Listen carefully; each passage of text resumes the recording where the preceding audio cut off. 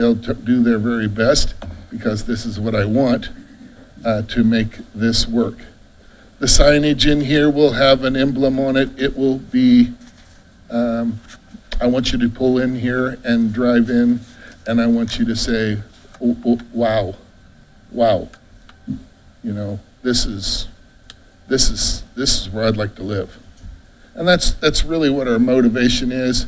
Pickleball courts, of course, are a hot thing. We're going to put those in.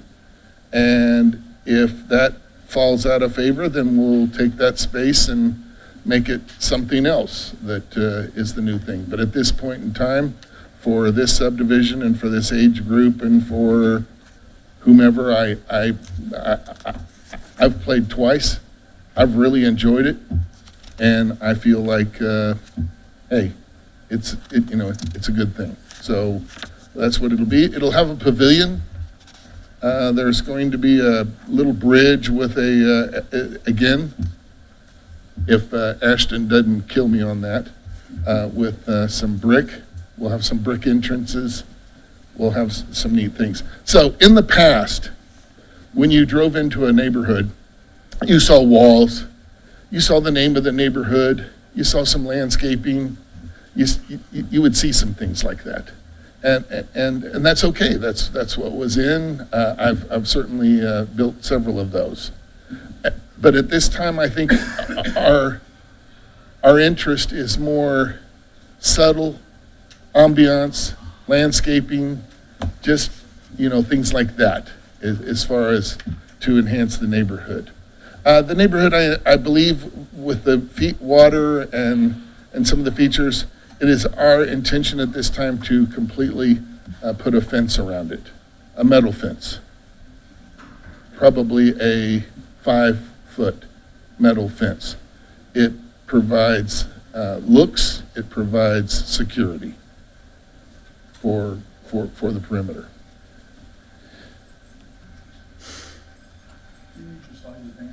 Huh?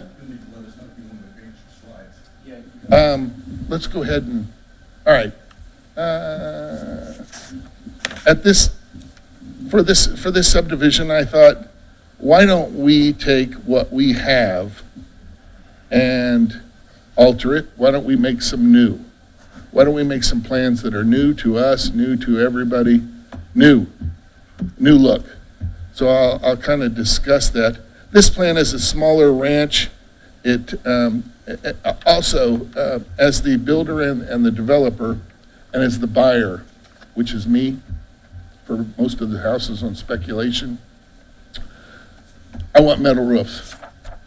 Now, I will tell you, my guys on estimating don't want metal roofs.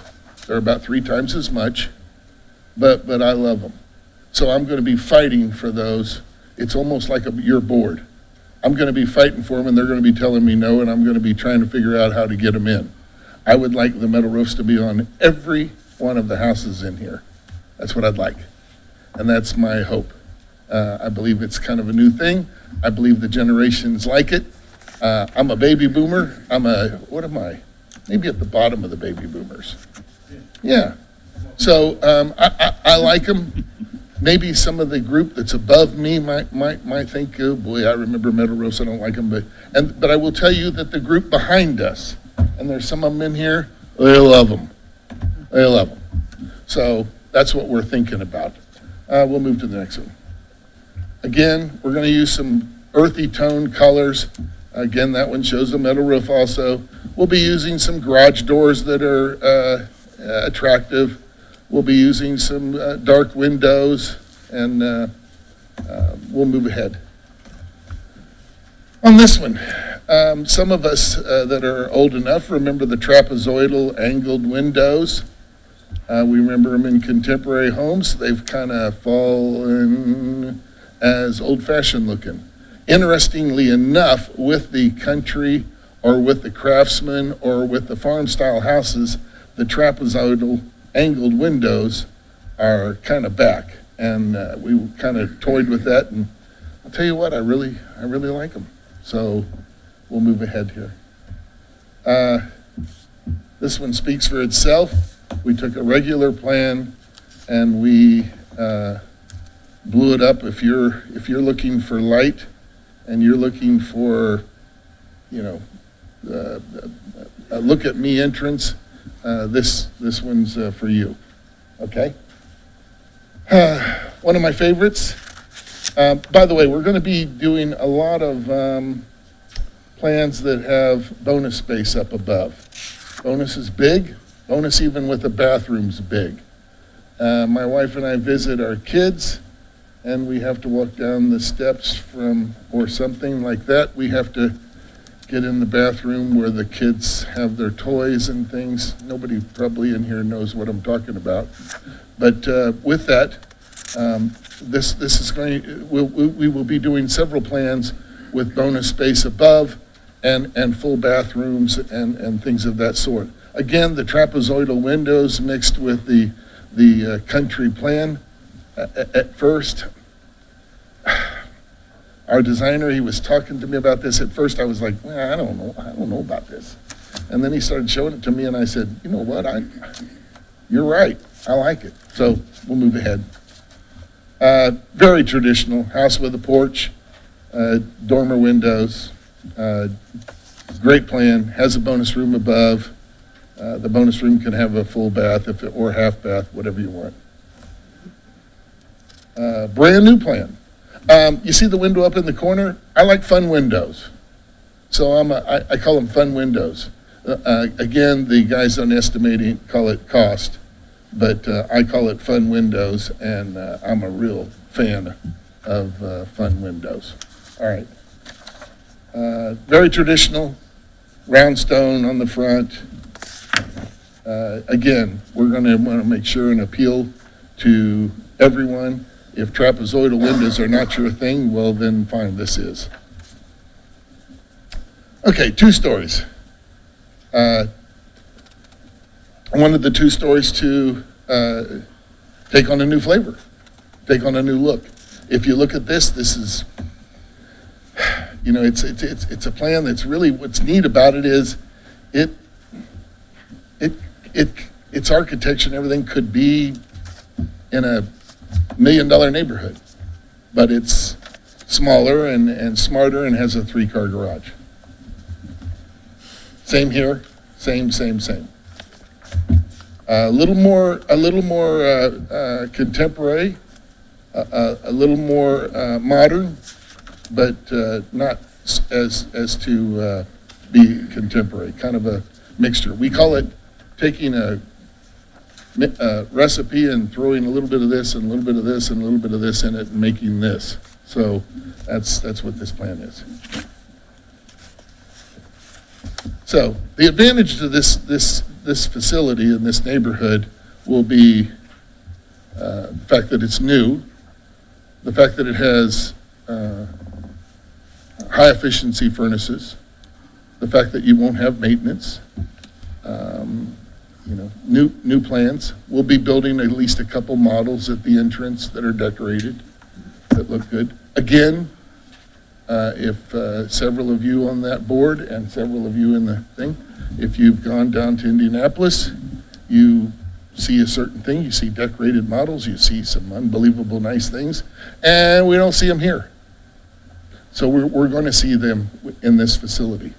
You're going to feel like you have entered, something that's on the cutting board. So with that said, you'll see some again with high efficiency and with high efficiency windows.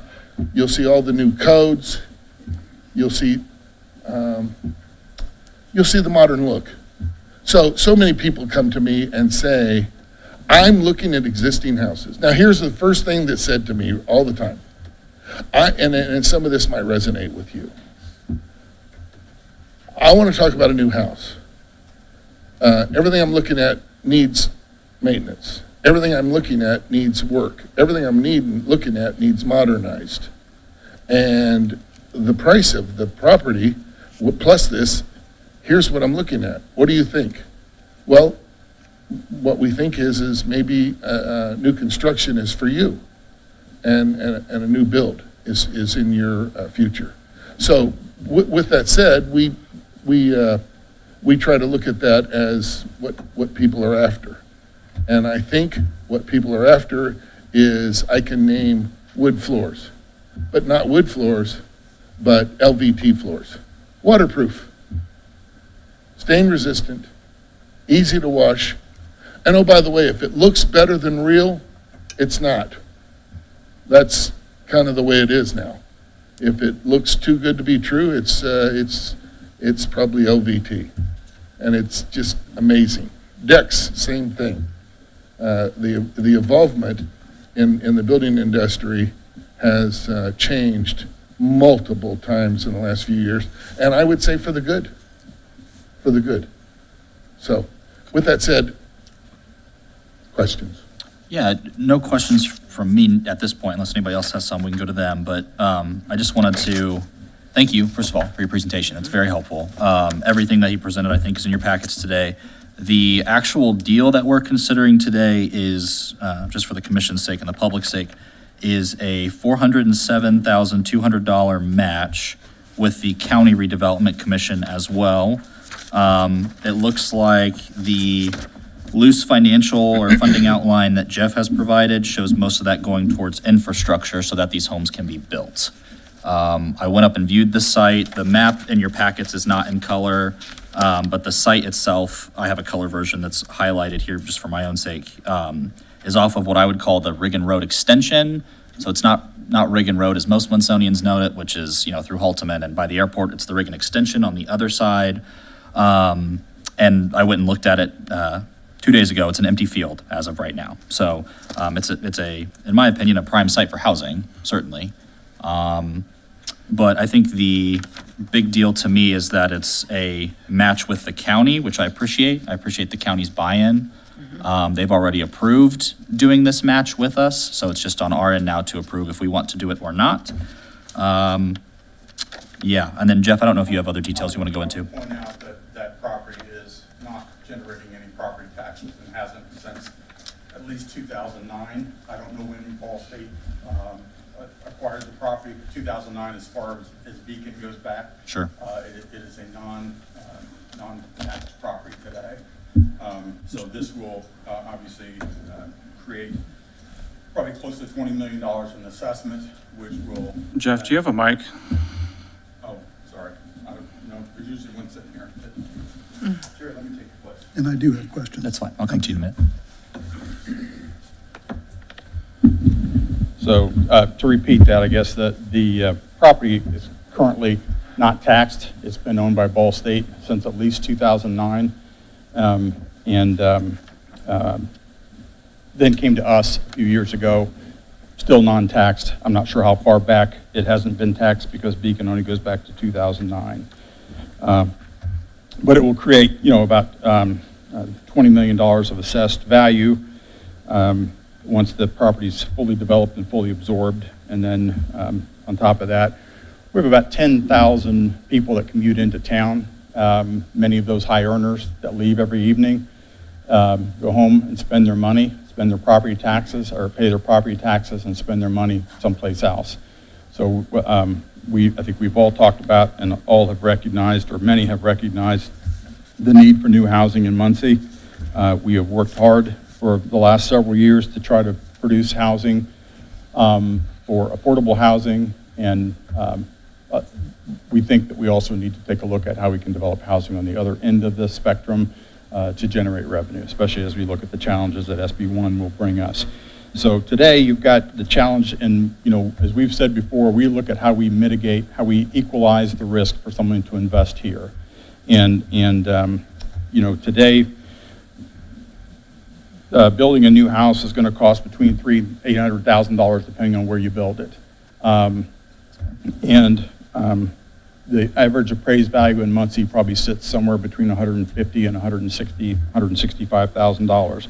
So the challenge is, why build here when you can build someplace else? So we've got to try to mitigate the risk to a level that makes sense for the developers to develop. But over the course of 50 years, and that's a long window, but they're houses, they should be there for 50 years or more.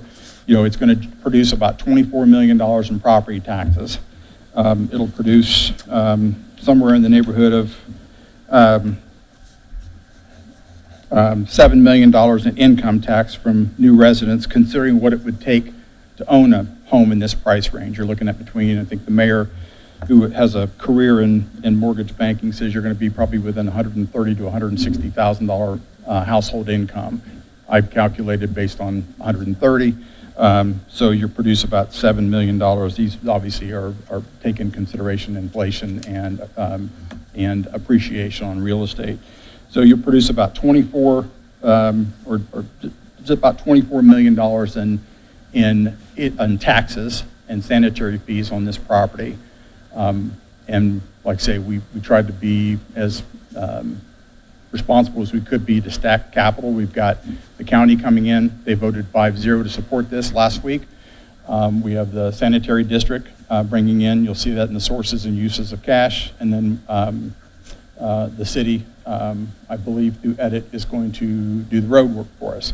The road will go back to the subdivision, not beyond the subdivision, but to the subdivision and back out. So it will not go into the other neighborhood at Farmington. So it'll go to this neighborhood. And then it creates an opportunity for another 20-ish acres of ground to be developed further in the future. Not ours, but it certainly opens that gate for that as well. Sure. Thank you, Jeff. Uh-huh. Mr. Dale, you had Yeah, questions? I've got a couple questions for the developer. How much more percentage-wise do you think is a metal roof than a conventional roof? 3 times. 3 times, okay.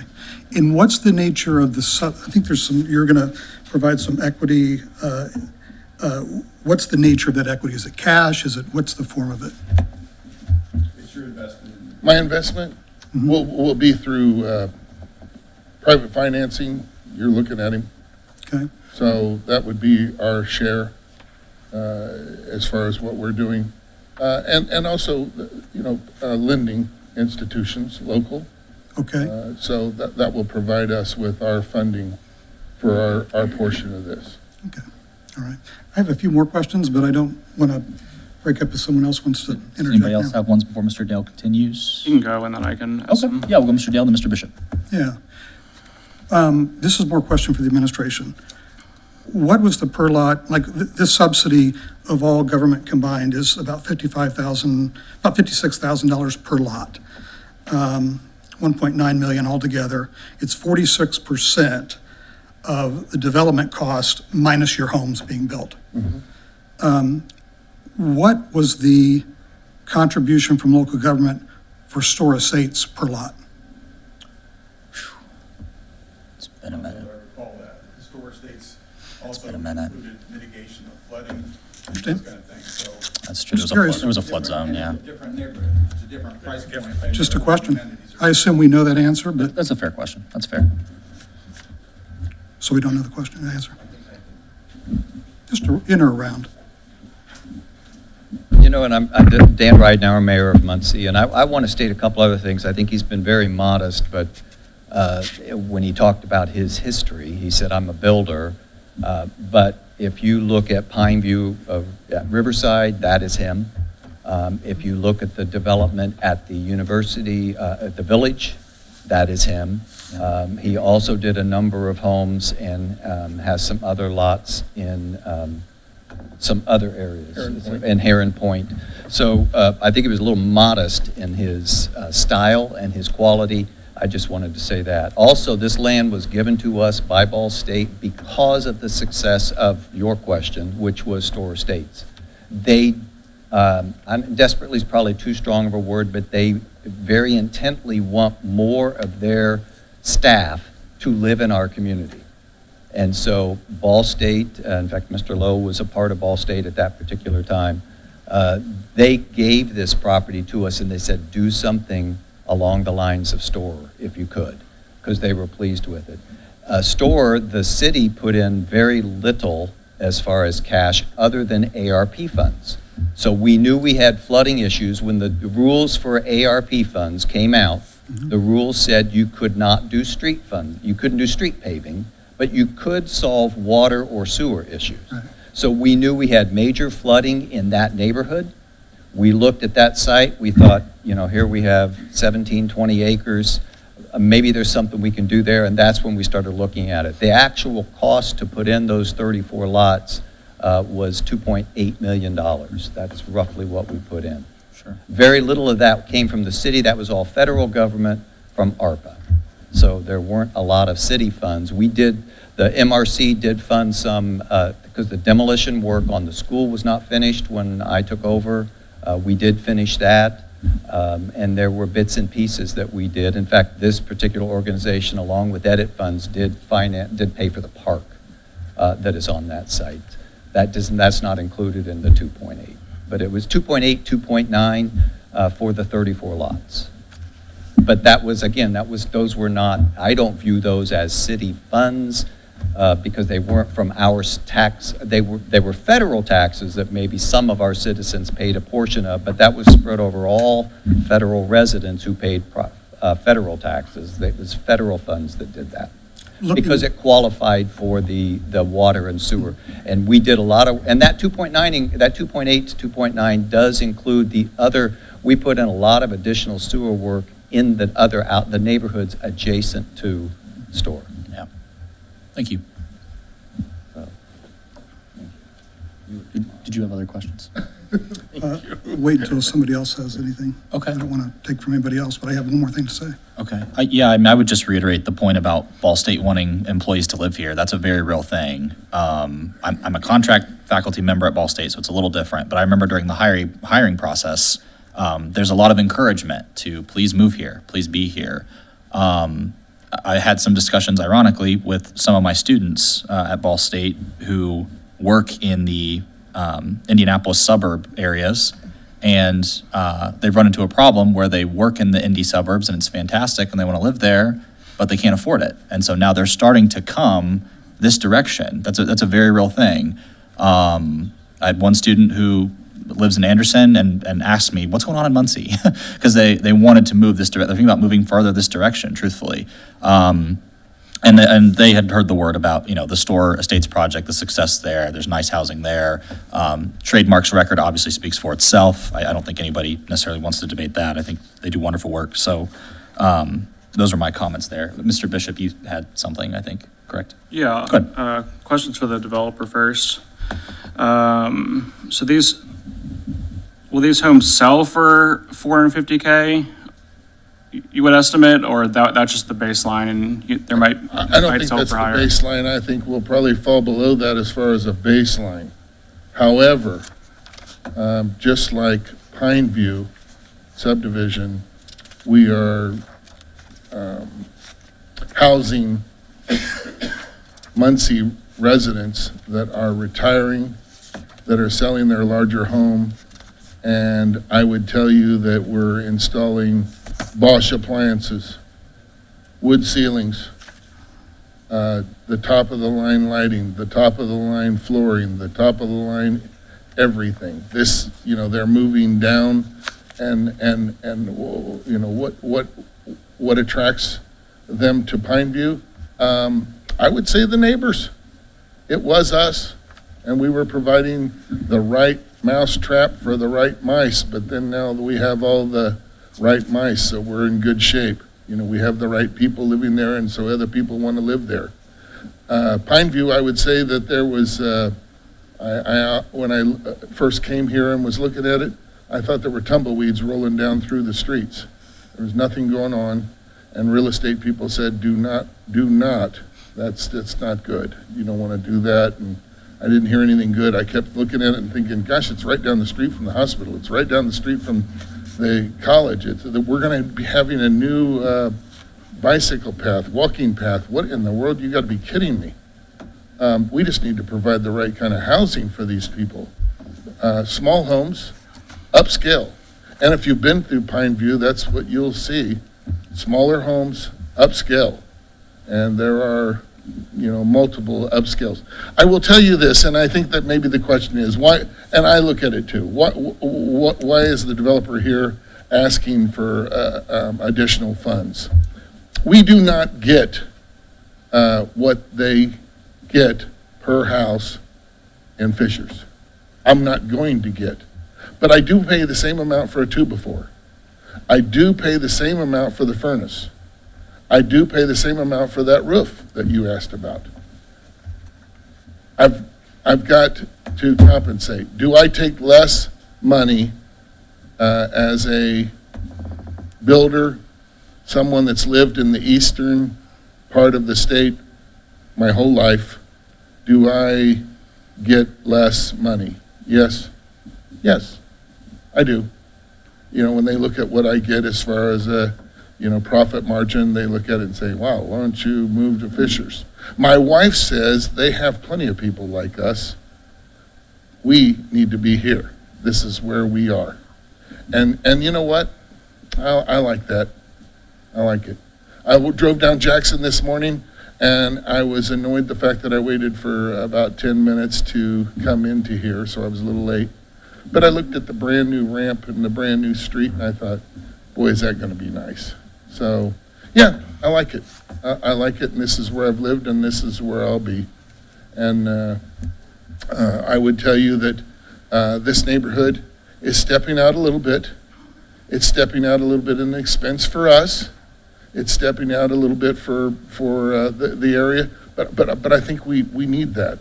I really do. And if I didn't feel that way, I wouldn't be here. Did you put together this packet? What's that? Did you put together this packet, premium housing subdivision in Northwest Muncie? I did. Okay. So the packet in here says that homes are starting at 450,000. What would the average sale price of these homes be? The average sale price of homes is subject to demand.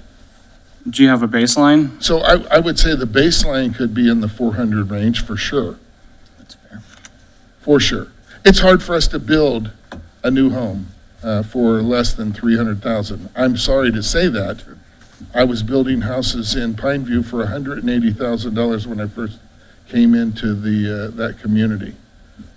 I'm saddled with additional cost as far as codes and as far as the cost of the housing, but in every circumstance. We used to get a 5-10% price increase on something.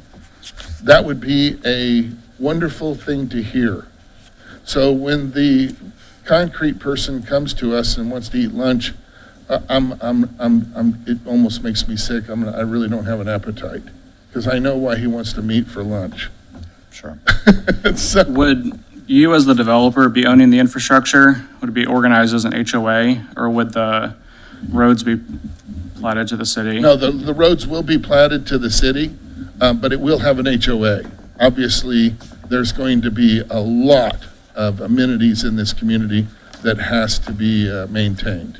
Okay. So that will be maintained 100% by the property owners. To that point, Mr. Bishop, in here, when it says 200,000 comes from, I believe it's Edit from the city of Muncie, that's for specifically road construction, I believe. Correct, okay. And then the Muncie Sanitary District obviously has their investment too. As Mr. Dale noted, the subsidy here, my math puts it at, you as the developer would only be paying 54% of the costs of this subdivision. I had calculated higher based on the 450K range, but I mean, you're still looking at millions of dollars of profit. Would you be retaining all of that, or would the city be getting a portion of that?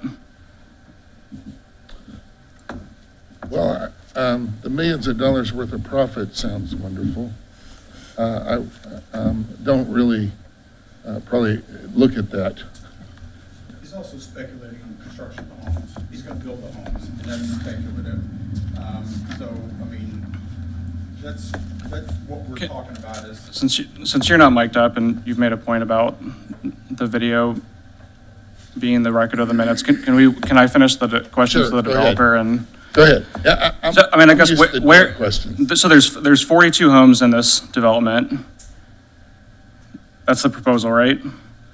I hope that this makes a profit for my company. Sure. I hope. But you're only putting in 54% of the, of the total cost. This That's- would be, this would be the development. The reason why let's move back to maybe store. We looked at that, and we're okay with D.R. Horton being the developer there. And that's a production home, and they serve a purpose, and they're doing okay, and they're doing well. They do well in all other areas. They're the largest builder in the United States. What I'm trained to do is custom homes, custom development, and that requires more. Maybe it's more risk. I would probably say it is. But that's what our niche is. That's what we do. So I would tell you that, I guess as far as your question is, what do I anticipate? Are you saying that, do I anticipate this being like a windfall, or what's the inclination? Let's expand on this just a little bit. So, Mr. Bishop, your numbers are saying he's going to make X amount of dollars in profit, right? My assumption is, in running your business, that profit is going to go into your business, which pays local workers or pays people who work and possibly live here. 3.5 people per house. Correct, yeah. 1 year. So you're paying people who work and may live here. You and your wife obviously live here and work here and pay taxes, just like those people do. So in some format, that profit comes back into Muncie regardless, on top of the estimated revenue for a 50-year useful life of a home of over $24 million. So we get real touchy with the discussion of profit, but the point is not what will a builder make right now necessarily. The point is, what will the city gain back on the investment over time, which is what I think our goal is with investing the 407.2. I mean, asking for 407.2 in comparison to millions of dollars over a 50-year lifespan feels like pretty much a no-brainer. I mean, you run a business, so you're going to want to make a profit. There's no doubt about that. I can throw to you a hard number. Yeah. So right now, the national average is around 25 to 27% gross, with about a 10% overhead, which means they're looking at 15 to 17% profit. At this point in time, in this area, we are operating on about an 18% gross, with about a 10% overhead, and we're looking at around 8% as far as profit. We're certainly on the low side, but that's the area that we're located in. Homes sell for less. Yep, I'm just asking the questions. No. I'm very accustomed to direct questions. I'll give you direct answers. So the answer you just got are hard inside. That's the way it is, facts, and that's what we deal with. And it's okay. We're okay with it. I could easily, have moved to Carmel. I have 2 brothers that live there. But I like where I live. Sure. Thank you. A couple more questions to the developer. You mentioned Pineview and Heron Point. Are you still the developer there? Pineview, all of the houses? Like the land that hasn't been developed? No, I'm not the developer. Okay, I am the exclusive builder okay, got it. at the bequest of the developer. Okay, by the last I looked, there was 28 lots available at Pineview, still available, and then I think 8 lots at Heron Point, plus another 28 acres that have not been developed. 8 lots in Heron Point would be old information. I can tell you that there are 4 lots available in Heron Point. Okay, I know you're not the developer there. Do you know anything about the remaining acreage at Heron Point? The 28 acres that have not been developed but are kind of connected to it? I'm not really good with land sprawl.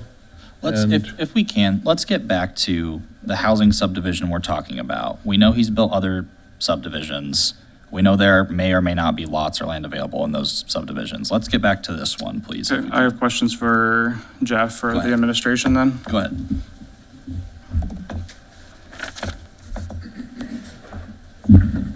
Yeah. After he's done. Okay. Do we have an estimate cost of like the maintenance or the replacement cost of the infrastructure that's being put in? The replacement cost of the infrastructure being put in. Yeah, so, you've estimated it out 50 years for the tax revenue. Did you have an estimate for $14,000 a mile per year. $14,000 per mile per year? That's in maintenance? That's maintenance, yeah. And that's a number that I researched a while back. What would do you have the mileage of this subdivision? No. Like half mile or? If that, Okay. yeah. Were other what was like the RFP process or the vetting process for this specific developer? We had another developer that we talked to about it, was going to probably build something that was, I would say, a lower price point than Store Estates, and the gap that they were proposing was $1.3 million. And it wasn't going to have the amenities.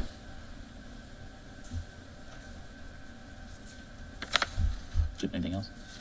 Again, it's back to what Terry said. It costs so much to build a house, and then you've got to be able to sell it, and then there is risk. This is speculation, just like a lot of things we talk about. There is risk to be taken to do this. Sure. Has any, But I might add too, when Store Estates was done, the developer there expected to, or the builder there expected to sell 7 houses the first year. They sold 21 in 5 months, Yeah. which certainly supports the demand for housing in Muncie. Yeah.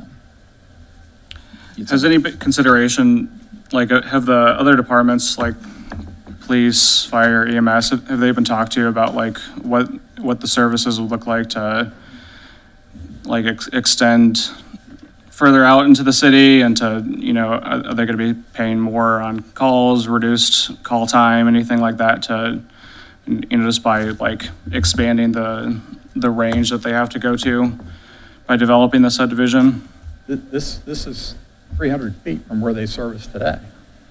And it's incremental.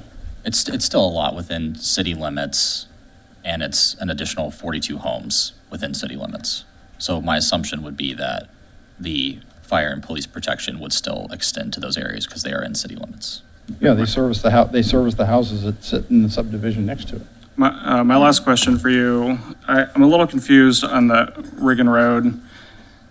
Is the 200K that's in the budget, is that to connect it to like the Everett section, or is that to connect it to the west? Connects it to the east, extends Riggin Road westward from where it is today Okay. into this subdivision.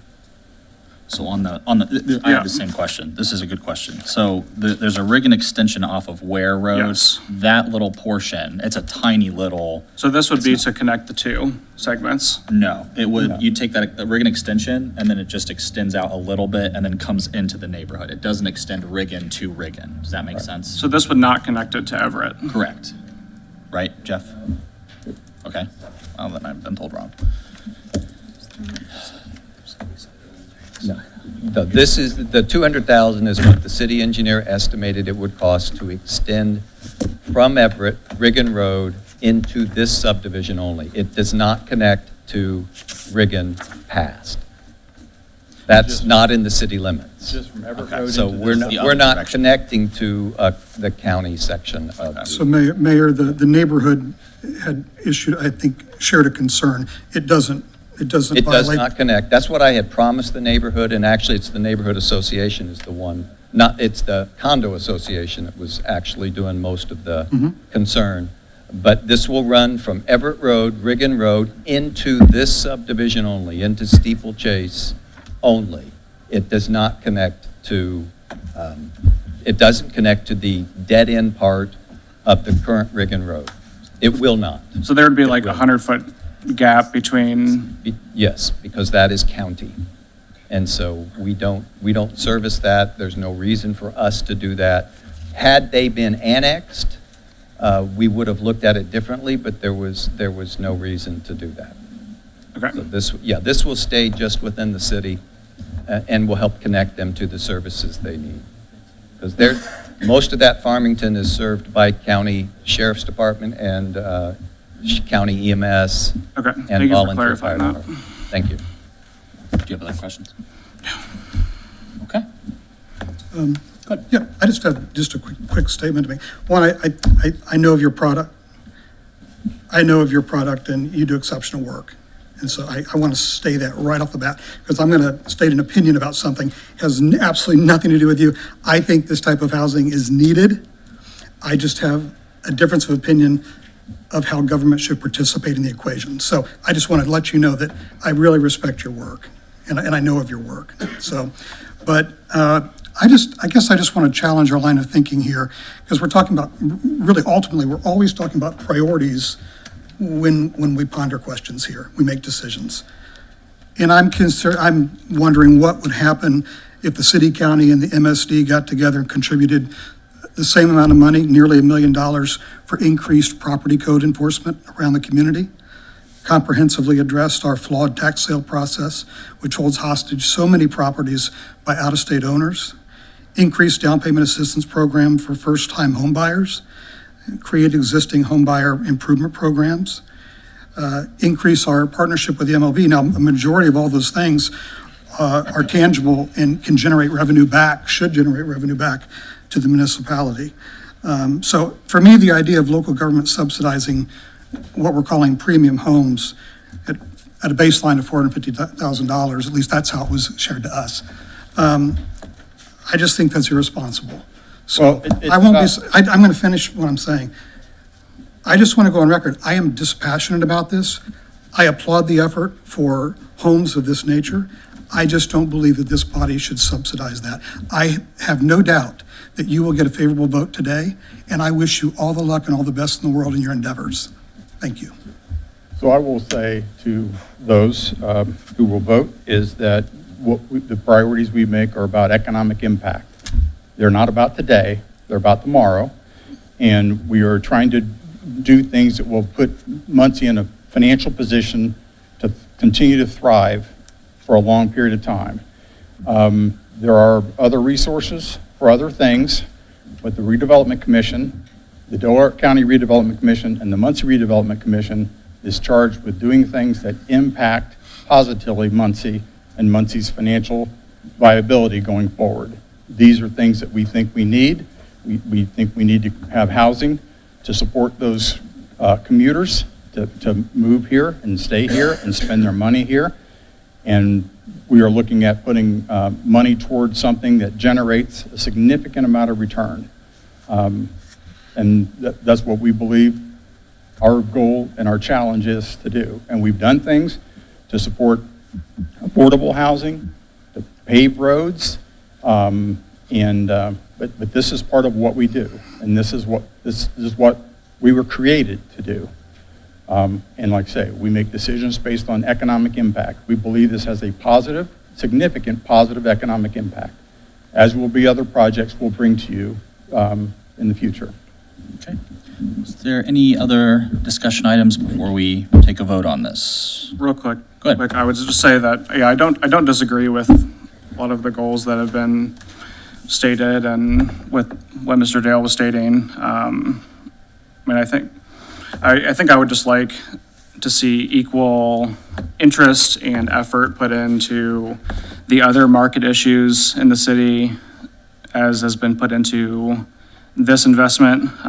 This has taken a while and taken a good amount of effort, but there's, the best bang for our buck in the city is still in the core of our neighborhoods, and there's still a lot of market issues similar to what we were presented with today that are not being looked into or invested into.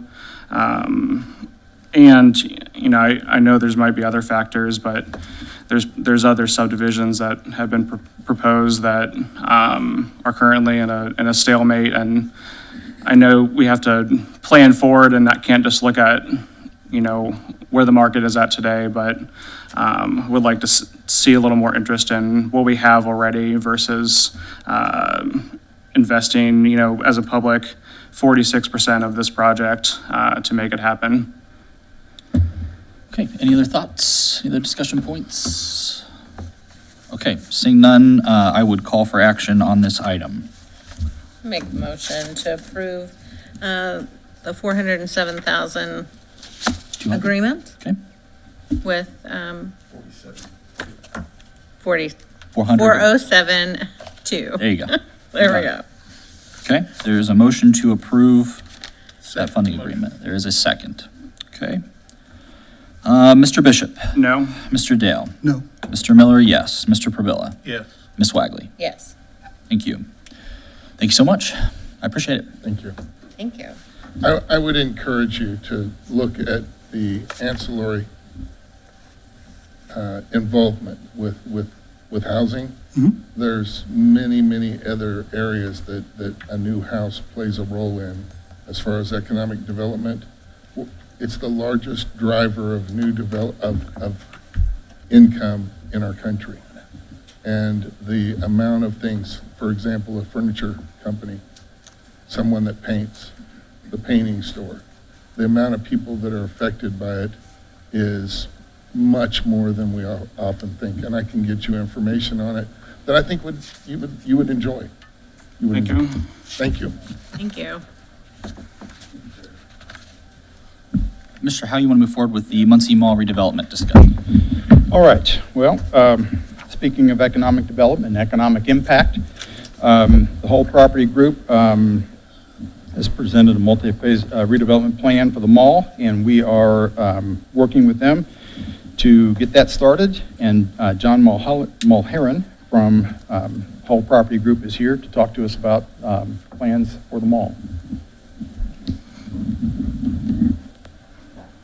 Welcome, John. Thank you. Morning. Thank you, Jeff, and thank you for the opportunity to share with you what we think is an exciting first step, if you will, for a new, brighter, and more vibrant, future of the mall.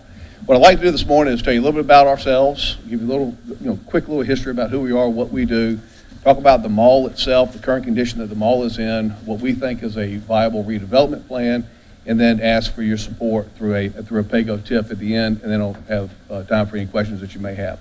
All right, Whole Property Group, we were founded in 1977 in Augusta, Georgia. We were founded primarily as a development company, did a lot of work with grocery anchored centers, building Lowe's grocery stores, movie theaters, things of that nature. We over the past 20 plus years or so, we've really specialized in a niche market of owning, operating, and reimagining struggling mall properties, primarily in smaller markets. We currently have 37 malls in 17 states. We have now 3 in Indiana. We have Muncie, we have Richmond, and we just purchased the mall, the Glenbrook Mall in Fort Wayne about 2.5 weeks ago. Wow. So this is our third property here in Indiana. We are a privately held company, and this is really a sort of niche market, the struggling mall property business. We're the only company in this market that has a redevelopment and reinvestment strategy. And we're able to do that because we're privately held. We have a little bit different, return on investment strategy. Ours is more of a stewardship process, incremental growth, things of that nature. We're not run by Wall Street. If Wall Street would own this mall right now, they would say, fill it up, get NOI, because we need a third quarter, earnings expectation. Well, that's not us. So we can take the long approach. We are long-term holders of property. We don't sell property. So like us or not, we're in your neighborhood, and we're part of your community. And we're going to stay part of your community, because that's part of what our strategy is. Our approach is very, very straightforward. It's you have to stabilize the operations, you have to invest in the property, stabilize the operation, and make it viable for the future. There is nothing wrong with Muncie, Indiana. This is failing malls across the country. It's a national trend. The new retail's of reality. You've got the internet, you got Amazon. The enclosed regional mall property is probably the least favored property type in America. So this doesn't say anything about Muncie. If we thought it said something about Muncie, we wouldn't be here. Again, we own over 20 million square feet of this stuff, and we do a lot of work with it. So it doesn't say anything about Muncie. It just has the nature of the mall business in a secondary market. That's all it is. There's a lot of opportunity for that, and we think we can unleash that here. We've got a proven track record of accomplishing this, and we feel real strong about Muncie itself. All right, the mall itself.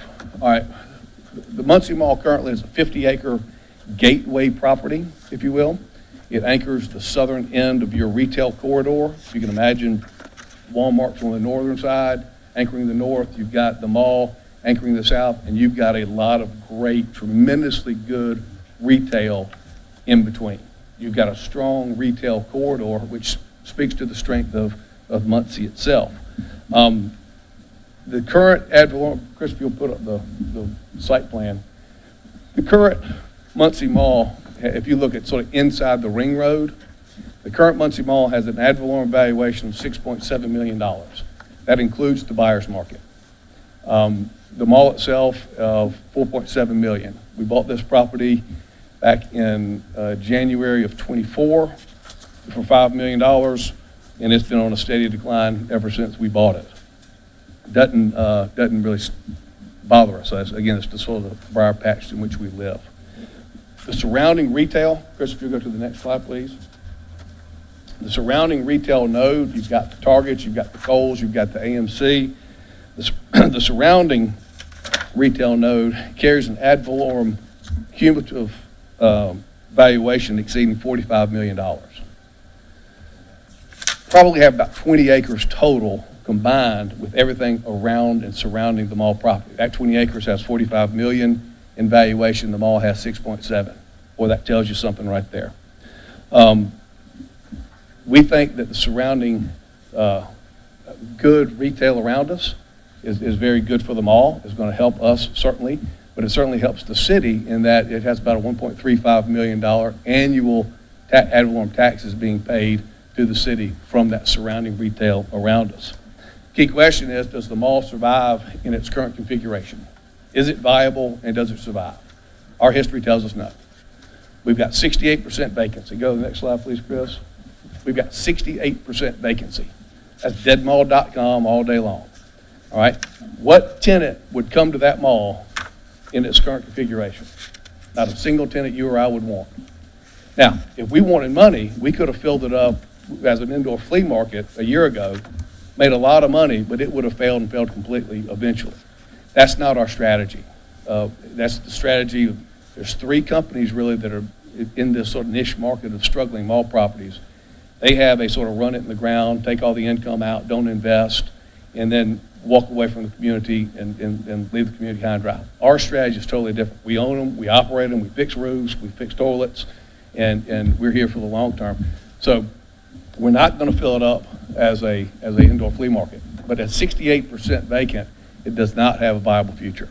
It's going to continue. It has been on a downward trajectory, and our history shows us that that trajectory is going to continue unless we reconfigure the property and do something with it. I don't think it can be left as is. Now, the redevelopment vision and the strategy would be, we want to demolish about 250,000 square feet.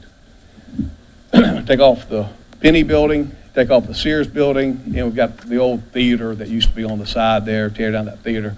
It's really used as storage now, really of no use to anything. The buildings we would tear down, if you look at the Sears, you look at the Pennies, there is no viable 120,000 square foot tenant coming to Muncie, Indiana. They're functionally obsolete. If you try to split those buildings up into three different, junior anchors, way too expensive. You have one electrical system, you have one fire suppression system, it's just way too expensive. You're much more benefited to tear them down and be able to start from scratch. All right, so we're going to tear down 250,000 square feet of the existing buildings, primarily the Penny, the Sears, and the theater. What does that give us? That allows us to open up out parcel opportunity to McGalliard. Right across the street from you, you got a brand new Dutch Brothers that looks fabulous. That's a great sign for us. That's called new speak. All right, you got new construction, new speak coming in around you. It's still viable. Our property in current configuration is not. By tearing down that Penny and backing that Penny up, it opens up at least two, we think possibly three out parcels on McGalliard. It allows us to go where the back line of the Penny used to be. Go back into that area, create two junior anchor outward facing parcels. Everybody wants outward facing. Nobody wants to be inside a mall anymore. They want outward facing. So phase one of this would unlock, Chris can show you there, you see 1 through 7. We think just getting the penny down will unlock 1 through 7. And we think that we've got a good opportunity to attract some tenants. Chris, if you go to the next one. We think going through 1 through 7, that we can generate potentially through those 7, these are just, valuations based on what we've seen in the past. And let me say, we have an in-house construction company that does about 25 to 30 million a year on construction just on our properties alone. So we do a lot of this kind of work. So we've seen these numbers in the past. We think we can generate about $14 million worth of new increment value to the property. Again, currently the mall itself, that's 4.7. We think by tearing down the penny, we can get up to 14 million new. You got an effective 3% tax rate. You do the math. The first phase of this can spit off about $423,000. The only thing that we can do, the only piece of this process that we control is creating the offerings, right? We don't have a hat we can pull a rabbit out of, and here's tenant A, here's tenant B, here's tenant C. We're doing this speculatively. We're going to tear it down, build it, they will come, right? So we're going to do this speculatively. What we know is nobody is going to come in its current configuration. We think we got a chance that someone would come in this new configuration. We're going to upfront the $2.5 million it takes to tear this down, with the thought that if we get development, if we can reach an agreement with the commission, that we would get some of that increment money back to pay off that sacrificial or speculative investment of $2.5 million. We've successfully done this in a lot of different communities, and we think that certainly it will work here. All right, so what we would propose to the commission would be to establish a mall-specific mall district, so inside the ring road kind of a thing, district.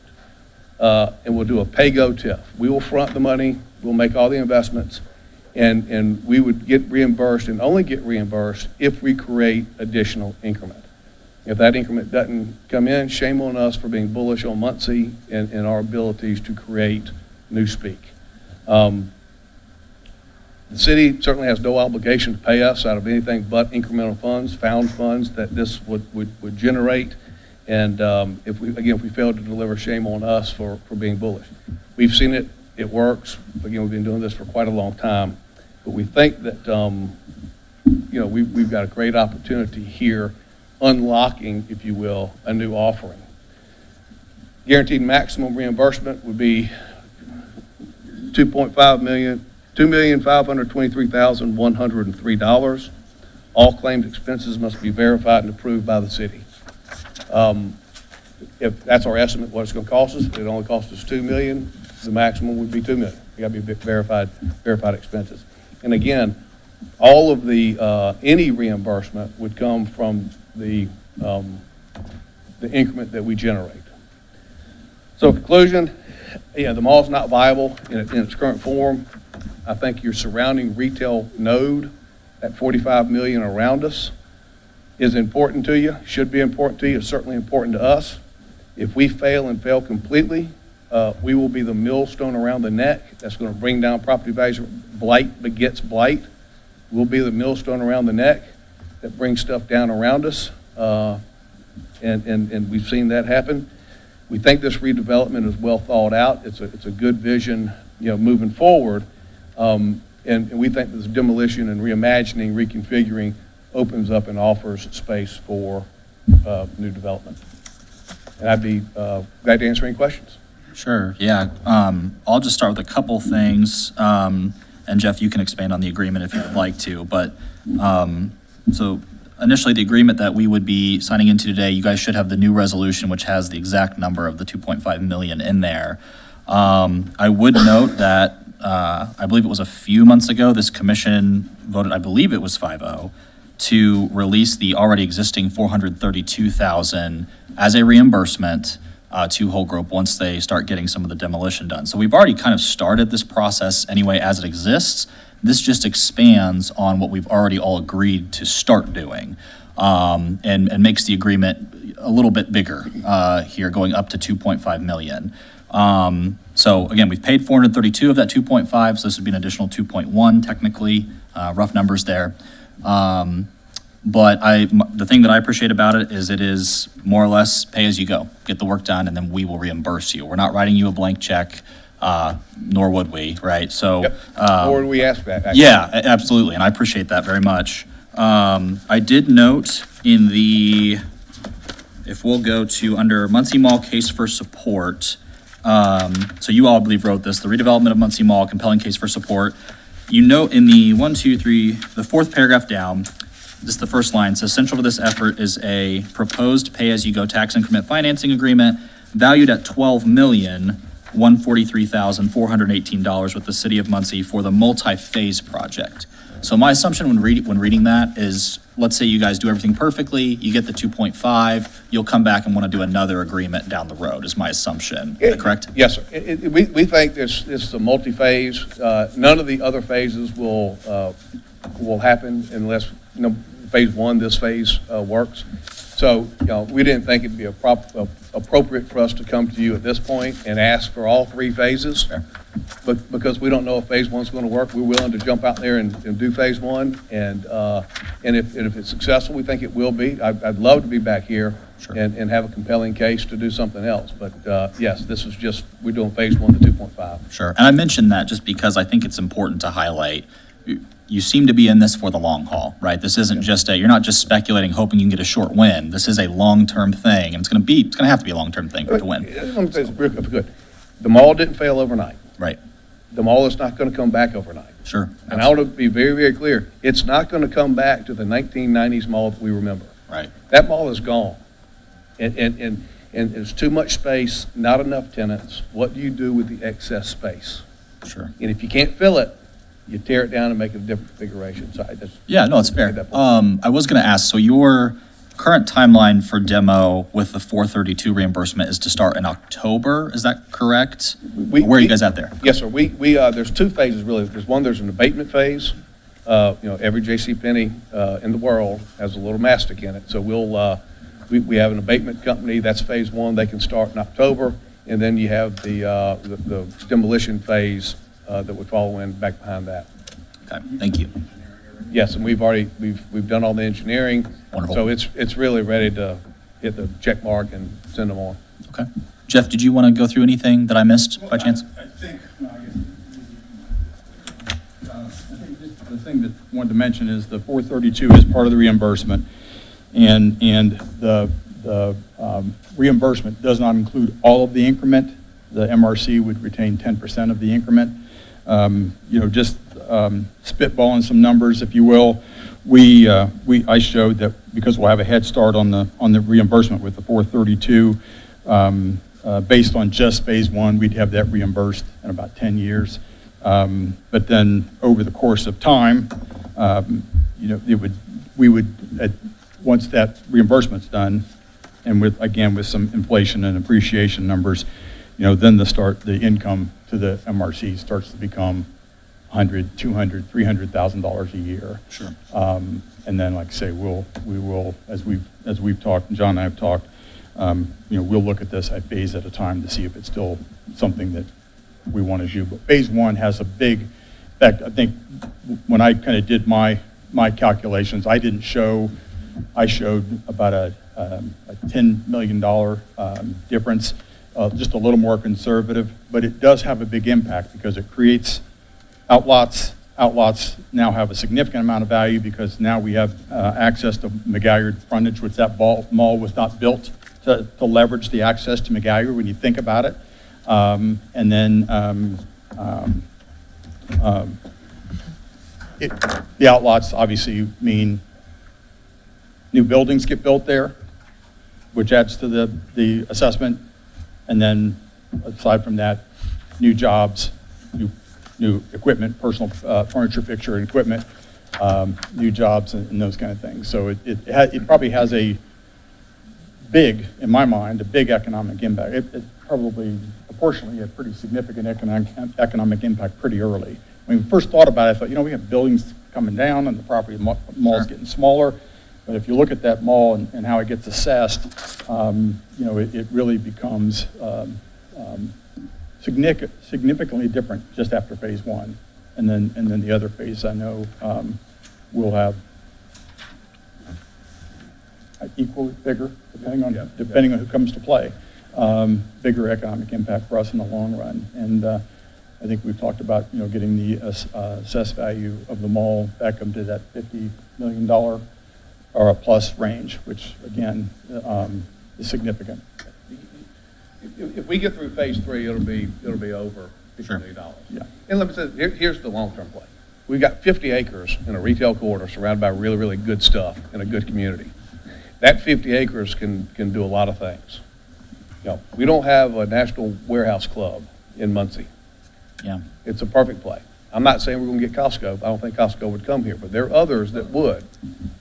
But there are opportunities because we have such a big. Why are we tearing down the Sears? The Sears doesn't unlock anything on McGallier. Right. What does it unlock? It unlocks everything facing over to the coal center. Sure. We got a big chunk of dirt right there that can do a lot. But let me say this: there will be no additional development. I could tear the Sears down by itself and have that offering. No one's going to come to it until we get New Speak on the front. Sure. We have to make the property viable. No one's going to make a multi-million-dollar investment in that property if it's not viable. And our work that we're doing now unlocks potential, get a few tenants, creates that viability, then we have a shot down the road to unlock the bag. And that's the plan. The only other thing I'll say, and then I'll pass it if anybody has questions or comments, I'm sure you do, is sometimes the challenge, especially with the mall, I feel like a lot of people, myself included at times, have viewed it as the Muncie Mall only serves this bubble of Muncie, and that's just not true. I have a lot of family in rural Blackford County and other rural counties in this region, and many of them have been disappointed for years because their only choices to really get quality shopping, originally, it was quick to come to Muncie. They don't feel that they can do that with the mall in its current state. So many of them are heading to Fort Wayne and Glenbrook, or they're going to Indy or other places to spend their money. And so we're really, this is bigger than just Muncie. This is a regional win if we can get this done and if we can do this the right way. So I just want us to have that mindset as well. Sometimes our projects that we do, I know we're the Muncie Redevelopment Commission, and I'm thankful that we serve Muncie, but much of what we do serves the greater region, and I think this is a good way to do that. So that's all I have. Are there any other, I don't know. If A few clarifications. Go ahead, please. You're based in Georgia? Is that right? sir. Okay.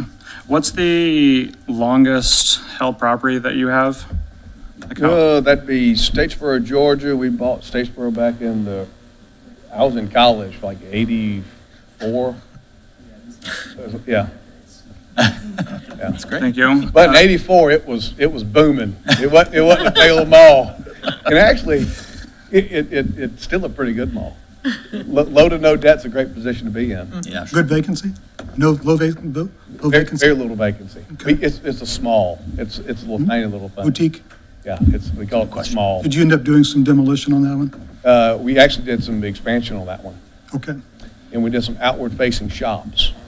Okay. Similar to you have here, we did some outward-facing shops.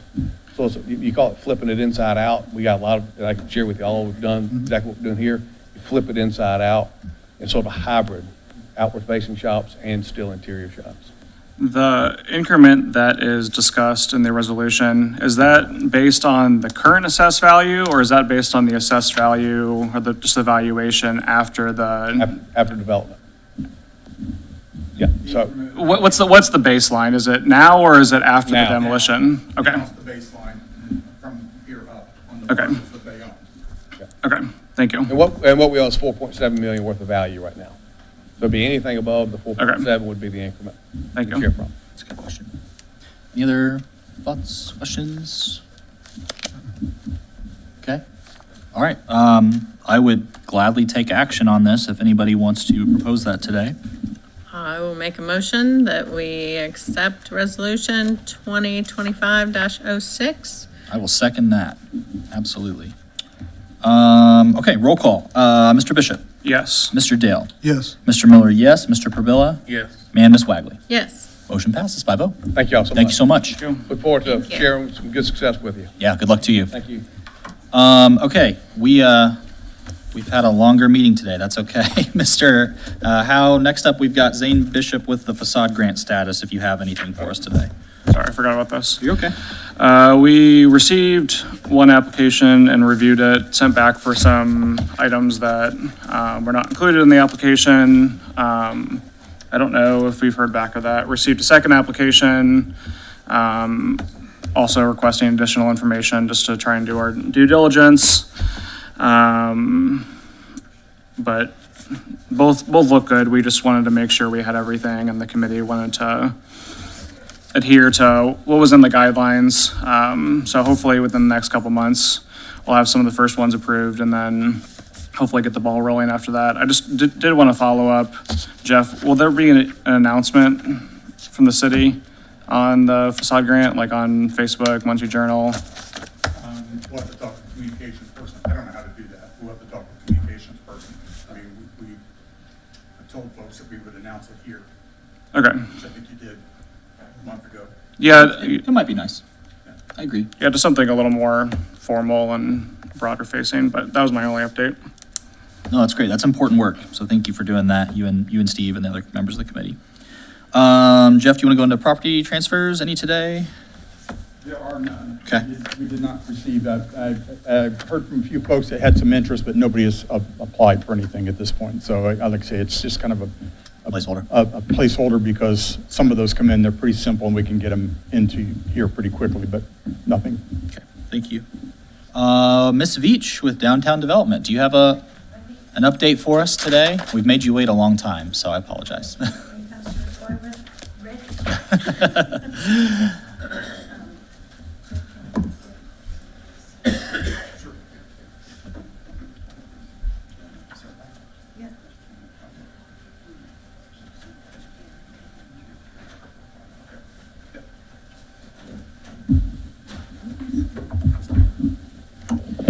Hi.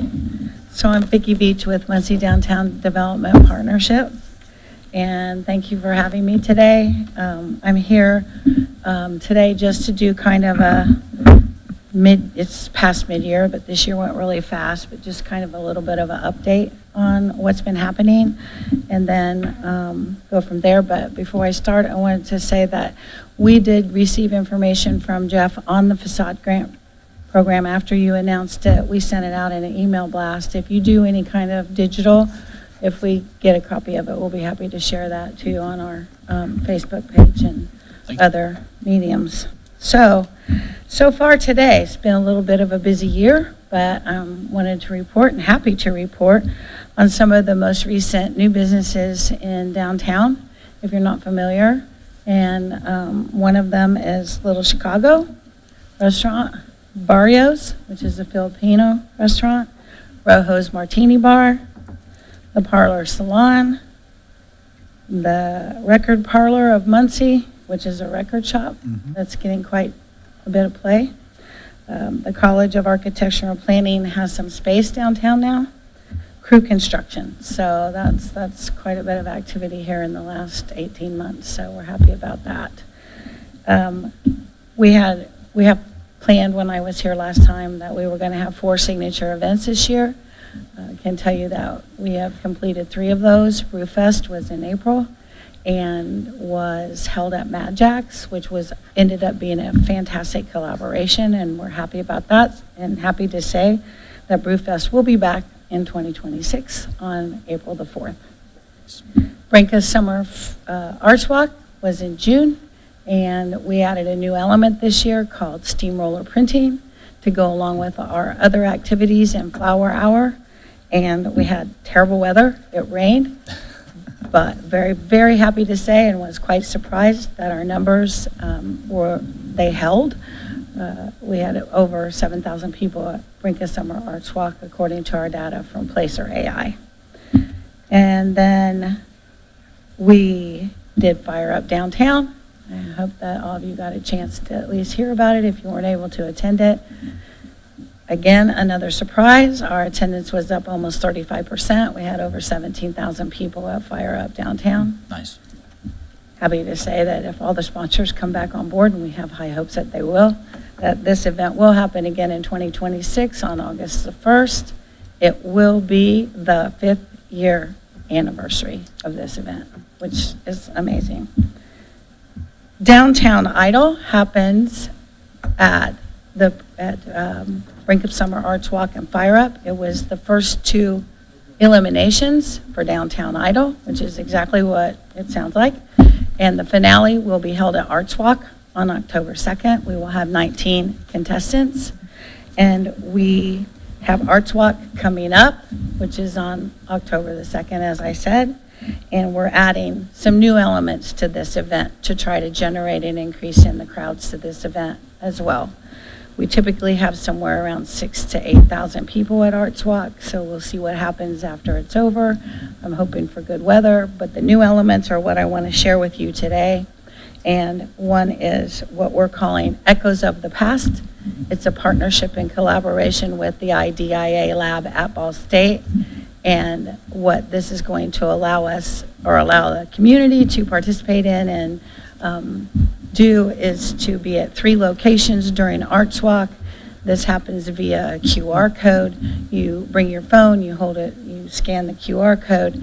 And so when you stand in the 3 locations and you hold your phone up in live, real time, you'll be looking at everything that's happening around the space, but the former building that was there is what you will see in your phone. We'll be providing some history and some information on those former buildings. The 3 locations, one is at Main and Walnut, and it will span from Walnut Street to High Street, starting at the Accutech parking lot across where the bus station is, and is the former Weiser building. So instead of seeing the parking lot and the bus station, you'll see the Weiser building when you hold your phone up, and everything else going on around it will be live. And then if you go across the street, you will also be able to do the exact same thing at the Delaware County Courthouse. You'll be able to see the former courthouse and learn about the former courthouse. And then the 3rd location is at Main and Mulberry, which will be the Weiser Grand Opera House. So the vision for this is the launch this year. We were lucky to get 3 locations. We thought we were only going to be able to start with 1 thanks to Ball Brothers Foundation and the IDIA lab. And we hope to add additional spaces every year. Our original thought was to focus on vacant parking lots so that people could see what was there in the past and maybe speculate on what could be there in the future. So vacant spaces. But we probably will incorporate some historical sites like the courthouse where there are existing buildings as well, and do this over the next so many years and have a tour that will be an attraction to visitors coming in from out of town, and something we can market, and Destination Muncie can market to visitors out of town as well. Perhaps we could go after conventions that have to do with architecture or history. So those are kinds of the things that are in the works at the moment for Echoes of the Past. At the same time, we're also going to be doing it's something in Dave's Alley that is interactive, illusionary, again, QR code generated, more on the lines of as you walk through, things are going to happen to you, like you might see birds flying overhead, you will have water maybe under your feet, the design's still in the works, being finalized this week. There'll be music, there'll be things happening kind of along the lines, maybe I would say, of a Pokemon experience. So that first one will happen in Dave's Alley. It's the Dave's Alley edition. And our hopes there are that we will add additional alleys as we go into the future. And again, generate kind of a tour kind of activity that will go along with the Echoes of the Past, that can attract visitors because they are QR code generated. They can live for a long time on these sites. And then the last thing that we're doing is something we've been talking about for many years. Aaron Nicholson, who is a local artisan, brought it to our attention. It's something we're calling pedestrian ironworks, and it's art on utility covers. And you'll be able to see the first 2 of those utility covers at Arts Walk this year on October 2nd. They will be, the first one will be right outside of Destination Muncie on the sidewalk, and the other one will be a sanitary which is a water utility company's cover. And then the second one will be across the street, closer to Cannon Commons, which is a sanitary district sewer cover. They're pretty cool. They're done. One, the big one that's the sanitary district one is on display right now at Gordy's framing. And so October 2nd, they go in the ground. They are also a permanent install. And we hope to add a minimum of 5 next year and to continue to add to those as well. All of these lending themselves to the proposed visionary arts and cultural corridor. All of them targeted to not just locals, but also to tourism and visitors coming in from out of town. So we're pretty excited about all of those things happening new at Arts Walk this year. In addition, we'll continue to have at Arts Walk Yart. There'll be a new sculpture that will be debuted at Ivy Tech. The arts galleries will be open. We'll have buskers for music, food, and all of this is in Adora District, so this also helps us generate increase in traffic. So I just wanted to give you a little bit of an update on all of that, and then also tell you that I hope to come back in January and give you some more statistical data over for 24 and 25. I wanted to finish out the year before we gave you final numbers on net new businesses, on residents, and on impact economically. And then also, as always, to thank you for your partnership with downtown development and what's going on downtown. Keep those posters, get them out there. I'll leave some posters here for the crowd if they want to take them with them. So thank you very much. Thanks, Vicki. Do you have any questions? Do you have current figures on occupancy rates downtown for commercial and residential? I have figures, but they're not like right live today figures, but they're still running pretty close to what they had been, which was in the 90 percentile of occupancy. Okay. So I'll be finalizing those, Zane, to get the whole year's worth and make sure you have an accurate average on that, so. Thank you. And did you have an update on the, like the tactile pads along Walnut Street that was approved last year? The MRC, I think, I don't remember the exact details, we approved funding to replace the tactile pads along Walnut at intersections. Okay, so I probably called them something different. Yeah, okay, so now I know what you're talking about. Yeah, ADA compliant corners, and Pride Mart finished that work. Just finished? Yeah. There's still more to be done, but the phase that you guys Okay. financed is finished, yes. Okay, thank you. That's a good question. Any other questions? Thank you. Thanks, Vicki. Muncie Land Bank, Mr. Howard.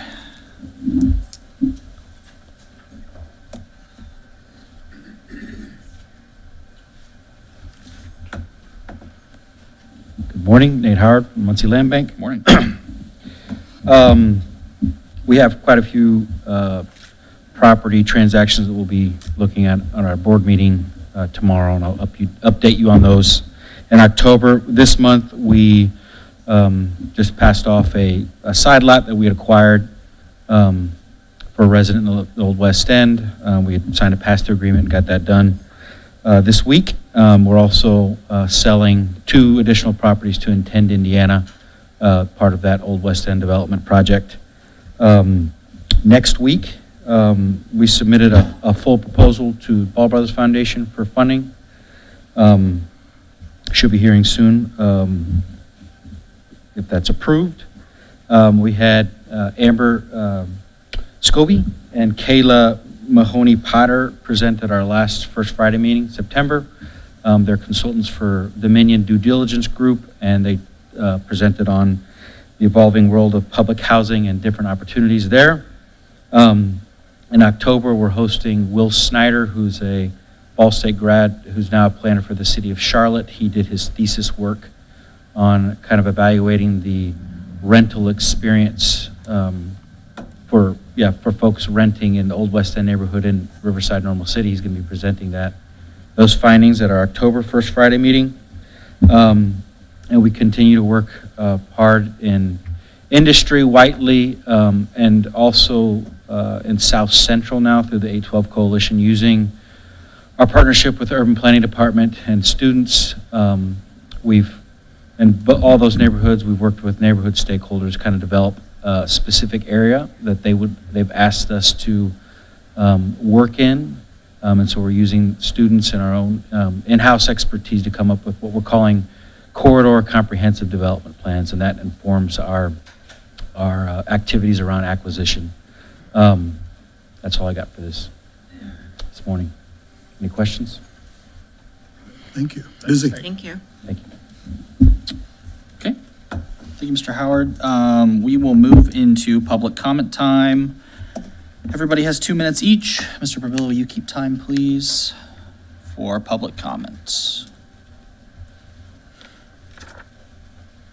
Rick Yenter, newsman and author.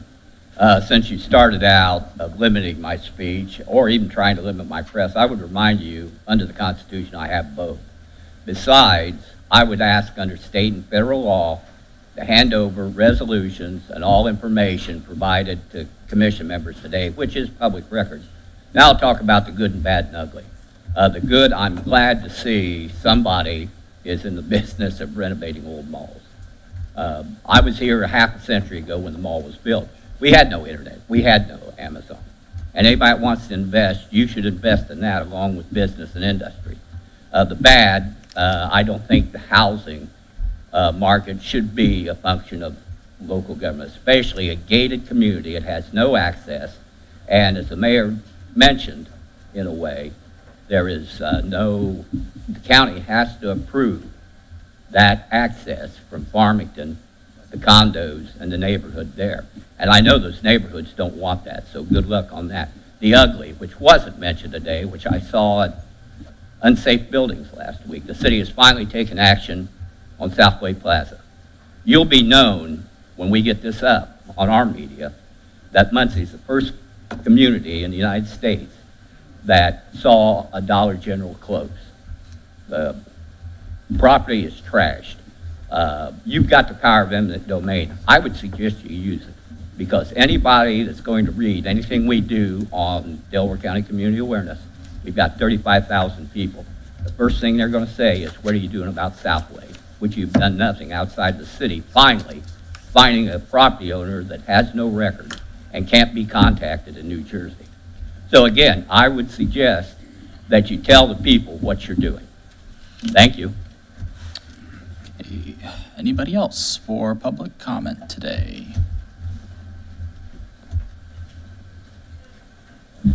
Good morning. My name is Tanya Said. I am from the Muncie Arts and Culture Council, which I lead. I wanted to update the Muncie Redevelopment Commission on a few matters.